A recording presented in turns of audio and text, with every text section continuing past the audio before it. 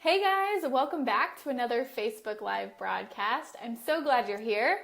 My name is Sarah King. I am a Parkinson's physical therapist and owner and founder of Invigorate Physical Therapy and Wellness here in Austin, Texas, which is a 100% Parkinson's specialized physical therapy practice in Austin. And I love what I do, and the topic that I want to talk with you guys about today pertains to a lot of my clients, and I know it's going to help you guys as well. So I want to know if any of you can just give me a thumbs up, have ever experienced the feeling of your feet sticking to the floor when you're trying to walk. If you've ever experienced the feeling of your bum sticking in the chair when you're trying to stand up, or if you've felt like you just get stuck in place when you go into a busy or crowded area, despite your best efforts that really impede the way that you want to walk and move around. If you answered yes to any of those questions, some of you maybe a resounding yes, what you've experienced is called Parkinson's freezing, and it's common to 1 in 3 people diagnosed with Parkinson's. And I have to tell you that this is obviously one of the most frustrating symptoms that I help my clients combat, but fortunately there are helpful strategies that you can use to help you get unstuck from a freezing episode and get on with your life. So I'm going to teach you that strategy today. We're going to talk all about what freezing is, why it happens, how you can train to improve your Parkinson's freezing, and then obviously a strategy to help you get unstuck immediately and get on with your life. So I also published a blog post that I want you guys to check out all about freezing. It goes along with this Facebook Live broadcast. So if you head over to invigoratept.com/5S-method, the number 5, the letter S, and method, you will find a blog post that I wrote along with a video of the 5S method and a free cheat sheet for you that I created that I hand out like candy in my practice and to people who work with me online to help them get unstuck. So if you head over there, the link should be either above or to the side of this video, depending on where and when you're watching. It may even be down below, but head over there. It's a free cheat sheet, and you can practice as much as you need to now, so that when you get stuck next time, you have a strategy to implement to get you unstuck and on with your life. So I see a lot of people filing in. If you're watching, thank you so much for joining. If you are worried, if you are experiencing Parkinson's freezing for yourself, stay tuned. I've got a lot of good stuff for you. If you're tuning in as a caregiver, as a family member, please share this with those people so that they can be educated on how to help them help themselves, because these strategies I'm about to share with you have been so effective for so many people, and I want to spread this far and wide for you guys. So go ahead and just say hi in the comment section below. I'll go ahead and chit chat with you guys here in a second. And if you have any questions about freezing, put them in the comment section below. Lauren will gather them up and shoot them over to me, and I'll get to as many questions as I possibly can at the end. So let me just check in and say hi before we get started. Nora's here. Hi, Nora. Welcome. Lori's here from South Texas. Mammy says she gets frozen when she's under stress. We're going to talk about that, Mammy. Jamie's here. Jamie Hopper. Hi, Roger. I know, Roger, you talk a lot about the taking off. Okay, great. Well, welcome, guys. Okay, so as we go through here, looks like Ron's here. Hi, Ron. Another Austinite. Love seeing you guys. Sally's here from Kansas City. Welcome, Sally. And Carol from Knoxville, Tennessee. Welcome, Carol. You guys are all in here. I love seeing you guys. Yes, say hi. I'd love to see who's watching, so I can give you a little shout out. Hope everyone is staying warm, which is ironic when we're talking about freezing. So what is freezing? So if you have some of these symptoms, as I go through them, just give me a thumbs up or a sad face or an angry face, whatever you want. Freezing is the feeling of being stuck when you're trying to do something that is normally repetitive or automatic. So walking, talking, getting out of a chair, writing, all of these things your brain usually has automatic processes for, but for whatever reason you get stuck doing them. Okay, it could be a feeling like your feet are stuck to the floor, or your bottom stuck in a chair when you're trying to stand up. You're trying to take a step, but you're not able to. It just feels like your whole body's magnetized to the ground and you just can't pick your feet up or your bum. And like someone mentioned earlier, Mammy mentioned earlier, it's worse when you're fatigued or anxious. And we're going to talk about that here in a second. But freezing actually occurs with 1 in 3 people diagnosed with Parkinson's and up to 80% of people with more advanced Parkinson's disease down the line, some degree of freezing in some capacity. So if you're not affected by it, that's wonderful. Just take note. And not to say that it's coming by any means, but just know that this is a resource if you have some fluctuations in your symptoms at some point. So Chris asks, what about stepping backwards? Freezing can occur in any direction for sure. And stepping backwards might be a combination of things, Chris, but we'll talk about that here in a second as far as training is concerned. So why does freezing happen? So my goal in these Facebook Lives is to always give you information in a way that is easy to digest. So in plain English, freezing happens because there's a disconnect between what your senses are taking in from your environment. So what you see with your eyes, what you feel with your feet on the ground, what your balance systems are taking in from the environment. There's a disconnect between the information coming into your brain and what is coming from your brain to your body to tell it to do, to move, and to react and adapt. And there are a couple different components of freezing. It's often associated, now here come some big words, stay tuned for 30 seconds. If you like the big words, I'm going to throw them at you. Freezing is associated with executive dysfunction involving response inhibition, divided attention or switching attention, and visuospatial function. So those are big words. Essentially, there's a cognitive component, there's also a physical component, and a sensory component. So there are lots of your body systems involved in freezing, and you don't have to know all that to be able to train necessarily to improve it, which is good. You don't need a doctorate in physical therapy, but you may need a skilled physical therapist to help you with the minutia. So oftentimes, why freezing happens, it's worse when you are trying to do 2 things at once. So when you're trying to do 2 things at once, your attention is divided. So this might look like you're trying to walk and look up and down the street like you're checking for cars. You're walking, that's one task, and you're trying to check for cars. That's turning your head and looking at different things. That's divided attention. You're trying to walk and talk with someone. I don't know how many, this is actually a test that you can do with someone. Walk next to them and then have them start talking and see how fast they walk or see if they actually stop talking. That's a divided attention. You've got to walk and talk. Or walk maybe at the grocery store, you're walking down the aisle and you have to turn and look at the shelves and try and find what's on your list. Your attention is divided, and so since there's already a disconnect between what your body is doing and what your brain is getting from your environment, then that can cause kind of a short circuit and make you freeze up. So it may also be worse when you're trying to switch your attention from one task completely to another. Say you are, this is really where I see it as crossing a threshold. So maybe you're walking from a wood surface to a carpeted surface, or you're walking and then you have to go up and down a curve or a curb.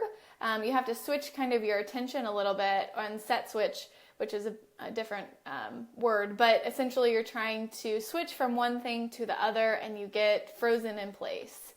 The third place is when you might have freezing occur is when you have to focus on one task in the midst of a busy environment. So I see this often, most commonly at the grocery store. I've gone to the grocery store with my clients so that we can work on this, but that's called being able to have selective attention.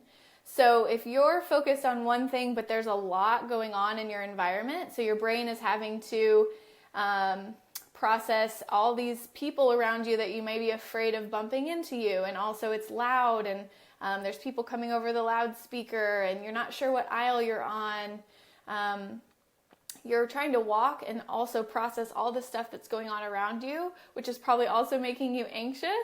And so freezing can really occur in those busy or crowded environments. I'm seeing a lot of thumbs up, so I know this resonates with a lot of you. So that is why freezing happens, is because there's an attention component, that doing two things at once, going from one thing to another thing, or having to focus your attention on one thing, those get disrupted and can trigger some freezing. And so the next question that I always get is, can freezing be fixed? And there is emerging research. There isn't a lot of research on Parkinson's freezing that's reliable, but there's a woman, a physical therapist named Faye Horak, who is an idol of mine, who's just an amazing physical therapist, and she's put forth a majority of the research on Parkinson's freezing. And what she has found kind of in her research is that deep brain stimulation and medication have a very limited long-term impact on freezing of gait. And the best approach, really, and as far as the research is concerned, and this also overlaps into my practice, what I see, the best approach to freezing is twofold. Okay, the first is training compensation techniques for in-the-moment freezing episodes. So that's what I'm going to teach you today. We're going to learn how to compensate in the moment. But then the second thing that needs to be a part of anyone's training program, if we're going to make a real dent in Parkinson's freezing, is to do freezing-specific cognitive remediation during mobility training. And really, those are just big words to say that you need a physical therapist who is aware of the training strategies needed to help you and your brain learn how to switch from one task to the other, how to multitask, how to selectively attend to the task at hand, and then the repetitive practice. So essentially there are two parts. There's the, when you're training, you have to train your brain to do two things at once. And you also, if you have some mobility issues, say you have stiffness and bradykinesia, and rigidity, and some balance impairments, those all can contribute to freezing. And so you need to be really working with a Parkinson's specific physical therapist, if at all possible, to make a long-term dent in your freezing episodes.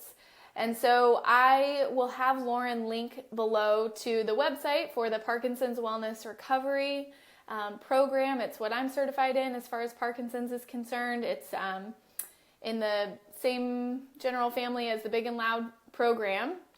And she's going to share a link. You can find a provider close to you. If you need help finding one, I have a large network far and wide of Parkinson's physical therapists. So just shoot myself or Lauren a message and we will help you find a therapist close to you who can help you with some of these. So that is kind of the overall training method. And I would love to hear if you've trained with a physical therapist or someone that knows a lot about freezing. Let me know in the comment section below how it went, what your results were. I would love to hear from you. This is a great place to share. So Lauren's going to go ahead and share that link down below, but we're going to move on to what you can do right now. Whether or not you see a physical therapist tomorrow, I want to give you a strategy that you can use today, practice today, to implement right away. And oftentimes, this can be a really powerful tool for you. So, what can you do when you're stuck in a freezing episode? There are 5 S's that I want you to remember. And again, I have a cheat sheet for you via the link either above or to the side. Go download it, please. But the first step, you say you're walking and you get distracted and you start to freeze. Everyone knows what happens with your feet. If you've had any freezing episode, most of the time you stop moving and your feet start to do this little kind of rocket man type of thing. Your toes stick to the floor and you have I call them busy feet. You have really busy feet, but they're not picking up. So you get really, really busy and you look like you're about to take flight. So the first thing that you have to do in order to get out of a freezing episode, the first S, is to stop. Stop moving. Put your feet flat back on the floor. Okay? Stop, because you will not get anywhere if you continue to fight it. The second S is you're going to stand tall. So as soon as you stand tall, that helps you shift your weight back on your heels. Most of the time when you get frozen, you're looking down at your feet that are super busy, you're hunched over, and all your weight is forward on your toes. You're not getting unstuck from there. So stop, stand tall so that you can shift your weight back on your heels. Okay? The third step is to shake it off. So this may be you. Give me a thumbs up if you do this, or if you've noticed you do this. When you have the busy feet and you really want to move, you start to tense up. Your hands curl up, your shoulders go up, your legs, everything. You're holding your breath probably. And we know that anxiety and tension and stress just exacerbate symptoms. So you're going to let go of your hands. You're going to shake it off, relax your shoulders, take a deep breath. You can get out of a freezing episode only if you calm down a little bit. Okay, so we're going to stop, stand tall, shake it off. The fourth S is to start to shift your weight.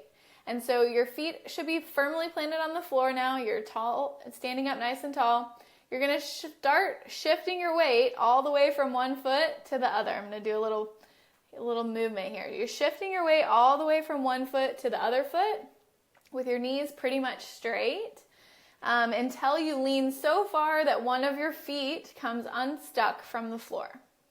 And physics makes it so that you can only lean so far before, your opposite leg comes off the ground. So you're going to shift your weight, and then you're going to take a huge step. And we'll go over these for getting out of a chair too. So you're shifting your weight. You should have one foot come up off of the floor.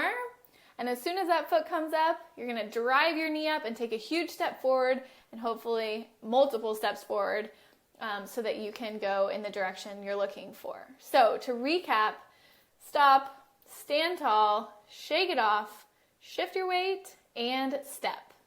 Okay? And this also works for getting out of a chair.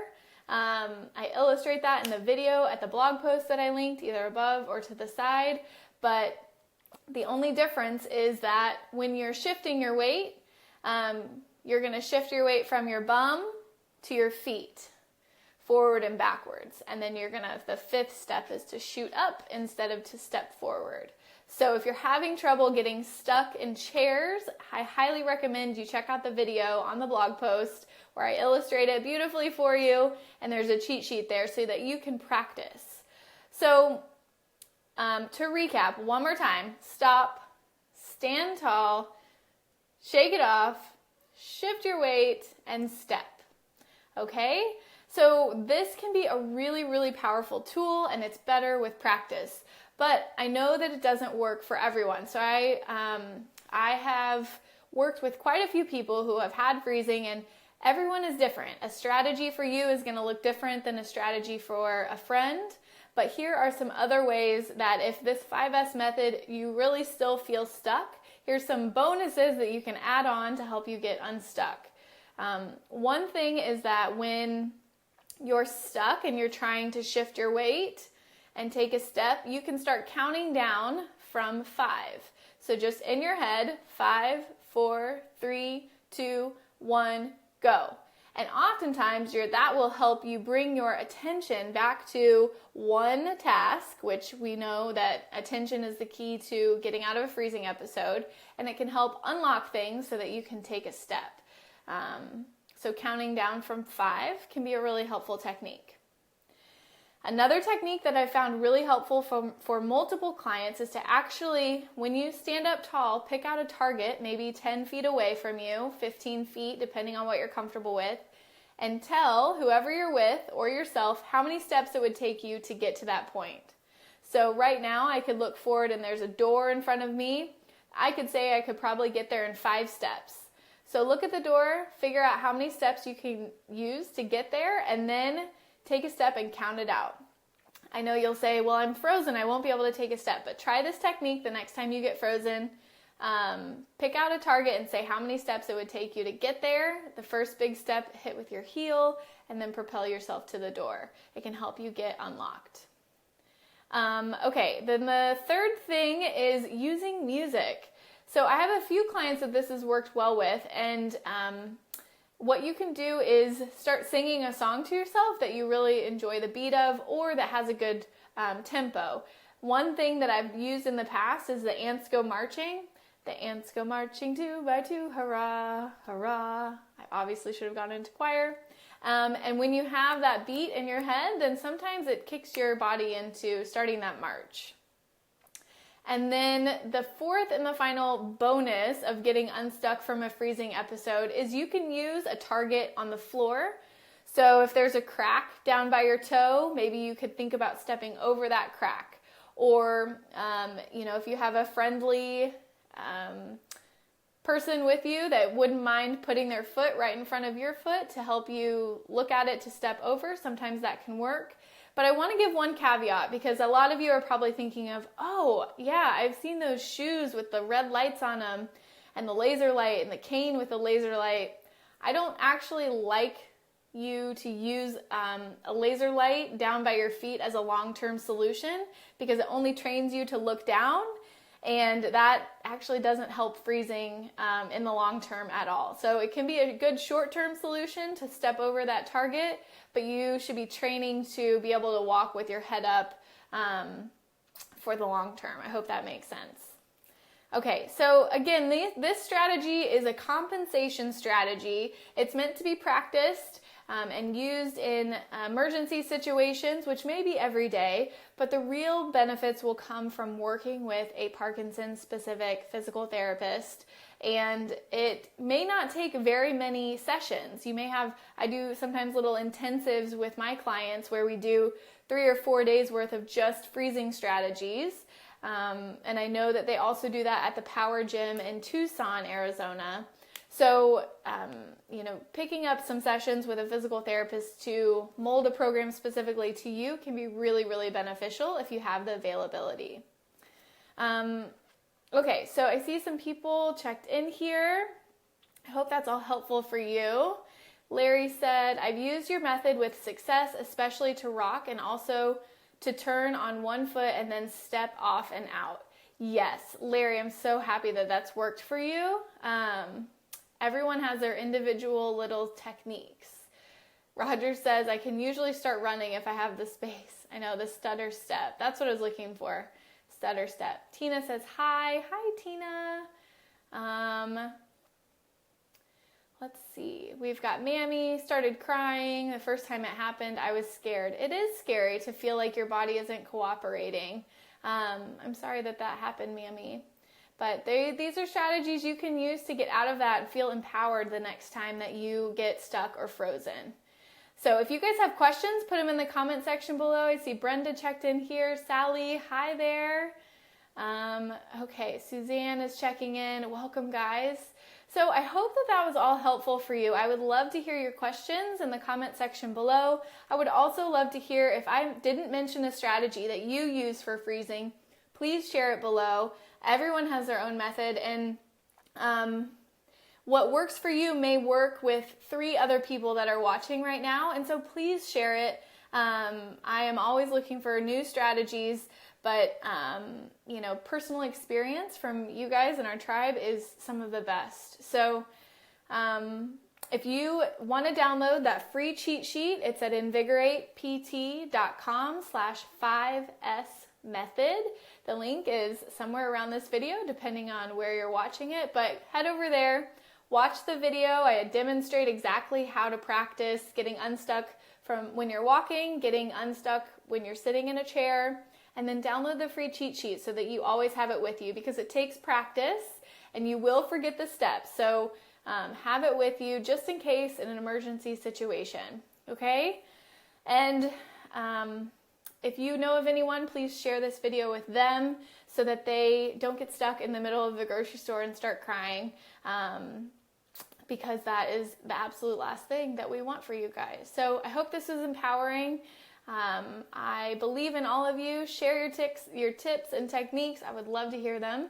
And comment below. Did the 5S method work for you? I would really love to hear. So looks like Irene's in here. You're welcome, Irene. Sue, thanks for all your great advice. You're so welcome, Sue. Barbara and Mammy, wonderful. Thank you guys for tuning in. Tina says, when walking, I practice looking back and forth. Get dizzy. Is this normal? So when you're walking and you're looking around, that can definitely tax your vestibular system, your balance system. It's not uncommon to feel dizzy there. It just means that you've got some work to do in a safe environment, hopefully with a physical therapist. But that sounds like you've just got some head-eye coordination issues that can be improved with exercise, the right kind of exercise, Tina. So Roger says, I freeze less wearing slippers at home. Oh, that's interesting. Although I know a lot of people who freeze more wearing slippers. Loose shoes can sometimes trigger freezing episodes, but it sounds like Roger has the opposite experience. So make sure that you have shoes and good footwear that are sturdy and don't slip, because when your body is trying to not slip or not lose your shoes, that's another stimulation from your environment and can really trigger freezing. But Roger, I'm glad that slippers work for you. You're unique in that way. Debbie Carroll says thank you. You're welcome. Okay, guys, thank you so much for joining me. I'm cheering you on from Texas, and until we meet again, keep moving, and of course, as always, really big hugs. Okay, bye.